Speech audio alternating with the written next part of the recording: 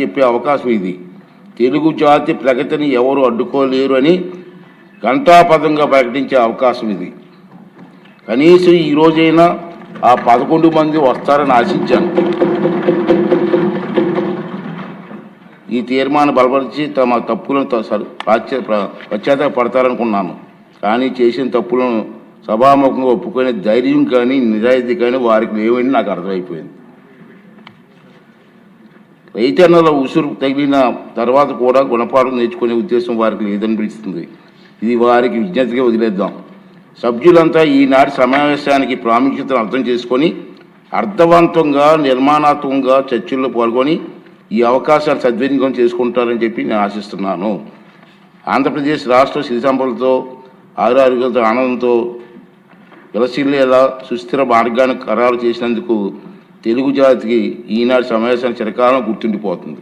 రెండో విషయం ఏంటంటే మన అందరం కూడా ఈ చరిత్రాత్మక సంఘటనలో చర్చల్లో పాల్గొన్నందుకు మన అందరూ కూడా గర్వపడాలండి.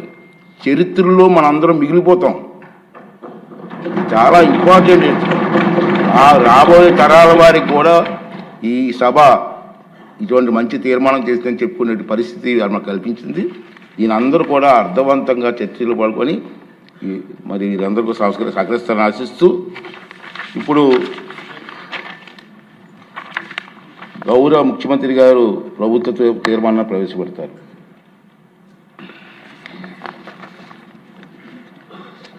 అధ్యక్ష, ఆంధ్రప్రదేశ్ రాష్ట్ర సమగ్ర అభివృద్ధి కోసం అమరావతిని రాష్ట్ర రాజధానిగా గుర్తిస్తూ స్పష్టమైన స్థిరమైన నిర్ణయంతో ముందుకు సాగడం అత్యవసరమని అభిప్రాయపడుతున్నాం. దీనికి అవసరమైన అన్ని రక్షణాత్మక చర్యలు తీసుకోవాలని భావిస్తూ సంబంధిత చట్టాల్లో తగిన సవరణలు చేయడం ద్వారా రాజధానిపై స్పష్టతను స్థిరత్వాన్ని కల్పించవచ్చని గుర్తిస్తూ ఆంధ్రప్రదేశ్ శాసనసభ క్రింది విధంగా తీర్మానిస్తోంది. Hereby resolved to request the Government of India to amend the Section 5 of the Andhra Pradesh Reorganization Act 2014 as under: A. To include the word at Amaravati to subsection 2 of Section 5. B. To add the words and Amaravati includes the capital city areas notified under Andhra Pradesh Capital Region Development Authority Act 2014 to the explanation to Section 5. ఈ తీర్మానాన్ని చర్చించి దీన్ని బలపరచవలసిందిగా సంప్రదించవలసిందిగా అందరినీ కోరుకుంటూ సెలవు తీసుకుంటాం.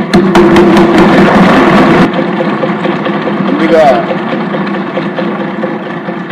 ముఖ్యమంత్రిగా ప్రవేశపెట్టిన తీర్మానంపై మన మినిస్టర్ గారు నారాయణ గారు మాట్లాడతారు. అధ్యక్ష, రాష్ట్రం ఎలా విడిపోయిందో అందరికీ తెలిసిందే. ఆ రోజు రాష్ట్రాన్ని విడగొట్టొద్దని రాష్ట్ర ప్రజలు